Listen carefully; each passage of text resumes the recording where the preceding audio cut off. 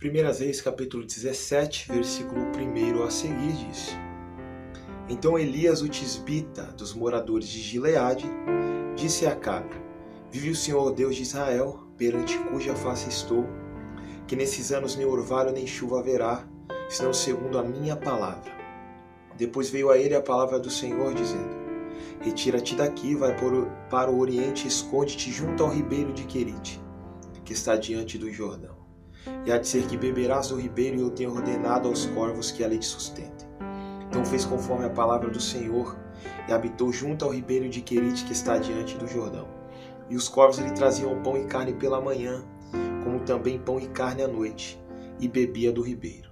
E sucedeu que, passados os dias, o ribeiro se secou, porque não tinha havido chuva na terra. É um texto bem conhecido, esse capítulo 17 de Primeiras Reis. O versículo 1 já nos traz algumas informações muito importantes para o texto. Primeiro é aqui que nós encontramos o aparecimento de Elias. Elias vai aparecer, profetizar contra Acabe em um momento conturbado que vivia a nação de Israel. O povo não escuta a voz de Deus e só faz pecar, só faz o que é mal aos olhos do Senhor. Então Elias vai aparecer nesse período conturbado em que vivia a nação de Israel. Só que o texto diz que Elias era tisbita. E Tisbé era uma cidade que parece que o tempo escondeu, que a arqueologia, a história, a própria Bíblia não traz muitas informações sobre Tisbé.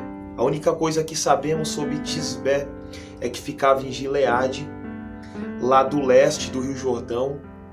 Era um lugar solitário, de vida ao ar livre, a terra árida.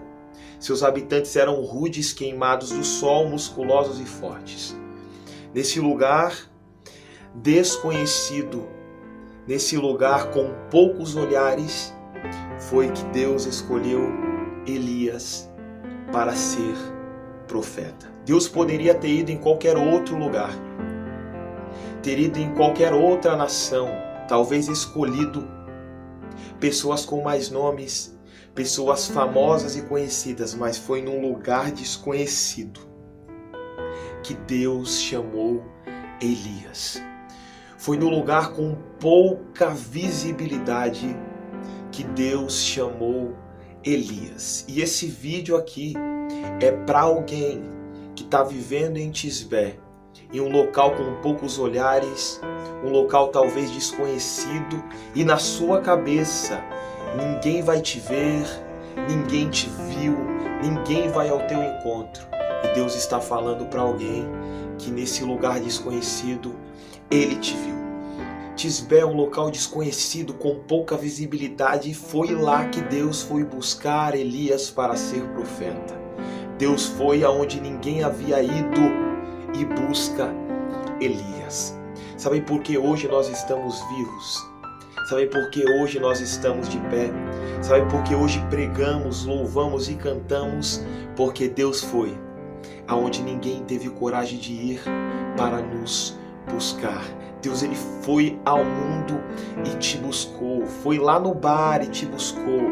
Foi na boca de fumo e te buscou. Deus foi aonde ninguém teve coragem de ir para te buscar e te fazer profeta, servo, e para que você seja um instrumento grande nas mãos desse Deus. Ele foi aonde ninguém teve coragem de ir para te buscar.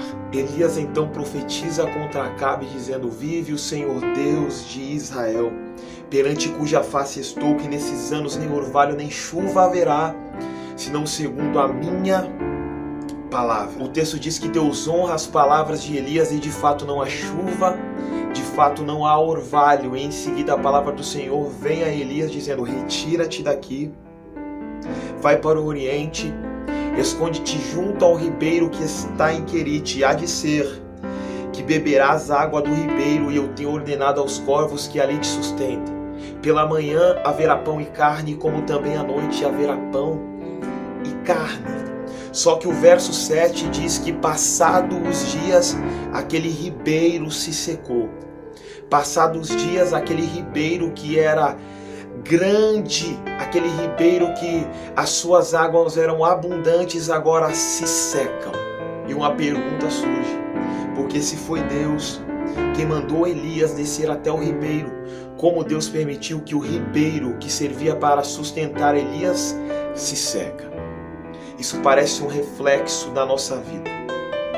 Isso fala muito sobre nós, que escutamos a voz de Deus dizendo: vai e faz, porque eu estou contigo, abra isso, vai dar tudo certo. Mas o simples fato da gente escutar a voz de Deus e fazer, da gente escutar a voz de Deus e ir, proporciona pra gente ribeiro seco.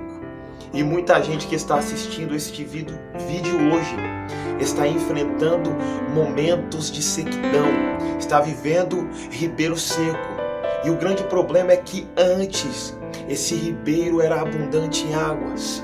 E de uns tempos para cá, a única coisa que tem visto é as águas baixarem até o ponto de se secar. Eu levanto novamente essa pergunta: qual que era a intenção de Deus quando ordena que Elias desça para o ribeiro, sabendo que o ribeiro iria se secar? Eu já quero adiantar que o ribeiro seco não era para envergonhar ou muito menos matar Elias. O ribeiro seco era para colocar Elias no tamanho certo para ser usado por Deus. Querite, no original hebraico, significa colocar no tamanho certo. Deus não quer matar, quer colocar Elias no tamanho certo. Deus não quer humilhar, apenas está trabalhando em Elias para que Elias fique no tamanho certo para ser usado por Deus. No verso 1, Elias profetiza segundo a palavra dele, só que depois do querite, no versículo 14, ele não profetiza mais segundo a minha palavra. Agora ele profetiza: assim diz o Senhor, Deus de Israel. Querite não é para matar ninguém, querite é para colocar no tamanho certo. Aqui eu já entendo que essa prova enfrentada, que esse problema, que essa doença, que essa porta fechada, na maioria das vezes é Deus trabalhando em você para te colocar no tamanho certo. É Deus operando em você para que você fique no tamanho certo, para ser usado, para ser instrumento. Então o conselho que eu dou aqui é: aguenta mais um pouco, porque esse ribeiro não é para te matar, apenas está te moldando. Aguenta mais um pouco, não desiste não. Essa sua luta, essa sua prova é apenas Deus trabalhando em você, para que daqui a pouco você se torne um grande homem, uma grande mulher de Deus. Ribeiro seco não é para matar ninguém, é apenas para colocar no tamanho certo.